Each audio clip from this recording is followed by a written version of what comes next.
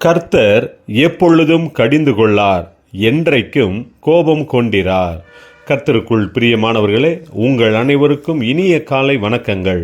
இன்றைய வேதவசன தியானத்திற்காக நாம் தெரிந்தெடுத்திருக்கும் வேத பாகமானது அப்போஸ்தலர் நடபடிகள் 4ஆம் அதிகாரம் 30ஆம் வசனத்தின் கடைசி பாகம்.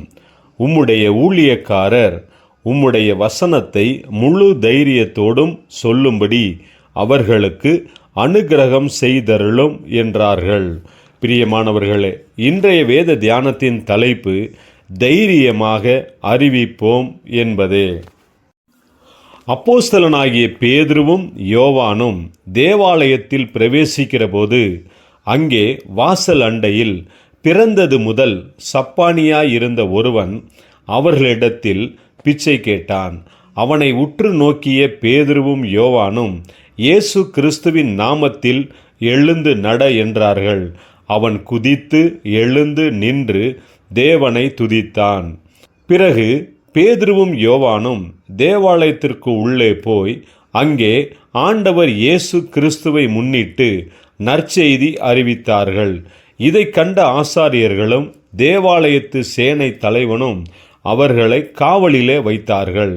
பிறகு பிரதான ஆசாரியனாகிய அன்னாவும் காய்பாவும் மற்றும் பலர் கூட்டமாக கூடி பேதுருவையும் யோவானையும் பார்த்து, நீங்கள் எந்த வல்லமையினால் எந்த நாமத்தினால் இதை செய்தீர்கள் என்று கேட்டார்கள்.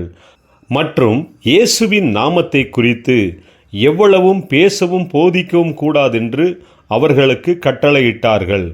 பேதுருவும் யோவானும் அவர்களுக்கு பிரதியுத்தரமாக, தேவனுக்கு செவி கொடுக்கிறதை பார்க்கிலும் உங்களுக்கு செவி கொடுக்கிறது தேவனுக்கு முன்பாக நியாயமாயிருக்குமோ என்று நீங்களே நிதானித்து பாருங்கள் என்றார்கள். பிறகு அப்போஸ்தலர்களும் சபையாரும் ஒன்றாக ஒருமனமாக ஜெபித்தார்கள்.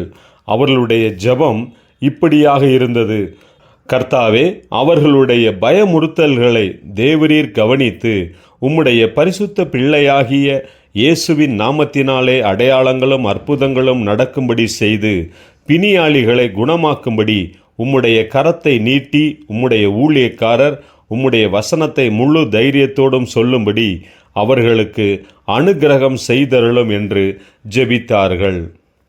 பிரியமானவர்களே, நாம் இன்று சுவிசேஷத்தை அறிவிக்க கூடாதபடிக்கு பல விதங்களில் தடை செய்கிற வல்லமைகள் நமக்கு எதிராக நிற்கின்றன. நமக்கு தேவன் கொடுத்திருக்கும் கடமை சுவிசேஷம் அறிவிப்பதுதான்.